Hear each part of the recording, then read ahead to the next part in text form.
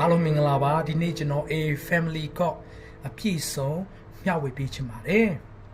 Do re mi fa sol la ti do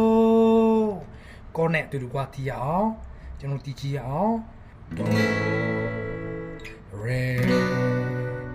mi fa sol la ti do အနောက်ကနေဆိုမယ်အနောက်ကနေပြန်တီးမယ် Do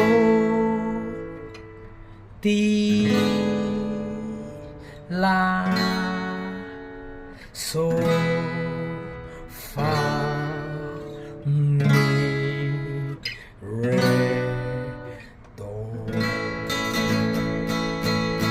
ကျေးဇူးပေးသူအားလုံးကိုကျေးဇူးတင်ပါတယ်အားလုံးအဆင်ပြေကြပါစေနော်ဘုရားရှင်ကောင်းချီးပေးပါစေ